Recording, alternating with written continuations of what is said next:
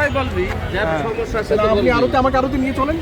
আরো তো ওরা চিনবি, ওদেরকে ধরেন আরো তো ওরা যাক লয়ে যাক। ওইটাই তো বলা হলো কি আপনি কি শুনছেন? কালকে আমরা কলা কিনছি 25 টাকা হালি, আজকে 50 টাকা চাচ্ছি। তাহলে এইটা আচ্ছা, তাহলে এইটাকে যদি ওরা কেনে তাহলে এদের কোনো কাজ আছে না? কোনো কাজ নেই।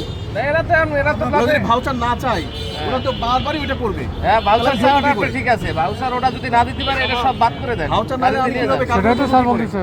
ওটা নিয়ে যান, তাহলে ঠিক হয়ে যাবে না।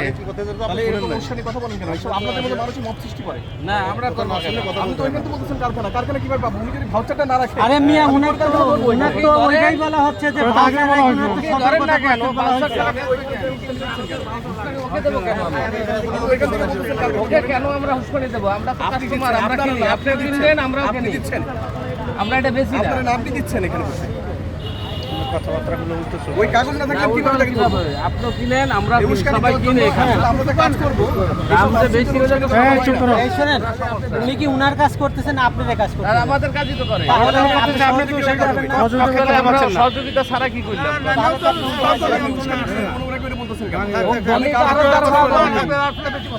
সবাই ভালোর জন্য করতেছে। উনারই তো আমরা পক্ষ নিচ্ছে না। দেখছেন আপনি বলেন নাকি ইয়ে কাজ পথচারী। ওনাকে কি বলা হয়েছে ওনার থেকে শোনেন, প্রথমে কি বলা হয়েছে ওনাকে? আপনি ওনার রাইটটা লঙ্ঘন করে দিচ্ছেন।